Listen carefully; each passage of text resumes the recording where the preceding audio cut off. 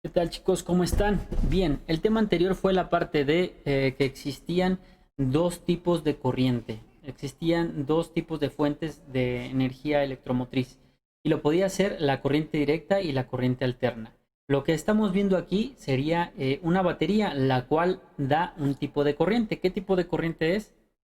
Corriente directa. Y esto es porque, nuevamente, la polaridad, su nivel de tensión puede variar un poco, sin embargo, la polaridad se mantiene constante y eso es a lo que le llamamos corriente constante. La polaridad de estas terminales no cambia, a comparación de otro tipo de fuentes de energía como lo puede ser la corriente alterna. Esta batería se puede representar en diagramas eléctricos de esta manera, con estos símbolos como una fuente generadora de voltaje o como una batería, donde vemos una raya más grande que la otra, y esto mismo también tiene una referencia a tener una polaridad: raya más grande positivo, raya más pequeña negativo. Habíamos mencionado la parte de tensión continua. Y la tensión continua quiere decir que podemos tener un gráfico donde el eje Y va a ser el voltaje mientras el eje X va a ser el tiempo. Respecto del tiempo, nuestro nivel de tensión tiende a no variar.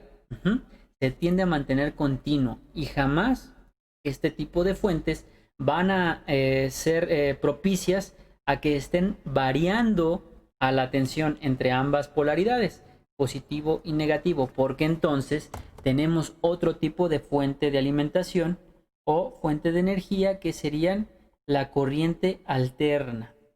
La corriente alterna la podemos representar mediante un símbolo así. Esta es una fuente de energía alterna, un generador de tipo alterno, probablemente un motor, un dínamo o alguna máquina de inducción de este tipo.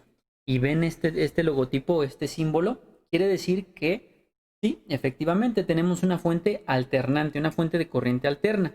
Esto quiere decir que en estos polos, ¿sí?, o en estas terminales se va a estar alternando la polaridad, mientras que en un momento la diferencia de potencial de la línea va a ser considerada negativa. El otro semiciclo que está aquí, es a partir de esta parte, va a ser considerado positivo.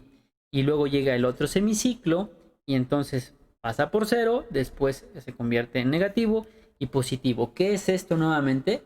Está alternando en el tiempo entre valores de voltaje, valores de tensión negativos y valores de tensión positivos. Bien, entonces con eso esperamos que haya quedado un poquito más claro. En nuestros hogares tenemos valores de tensión, ya recuerdan, de 120 o 127 volts de corriente alterna del toma corriente, y con una frecuencia, una rapidez de que esto suceda a razón de 60 veces por segundo, lo cual nos da una magnitud de 60 Hz. La frecuencia es de 60 Hz. Muy bien. Con eso esperamos, chicos, que la parte de la diferencia entre ambas magnitudes, ambas fuentes de tensión, haya quedado un poquito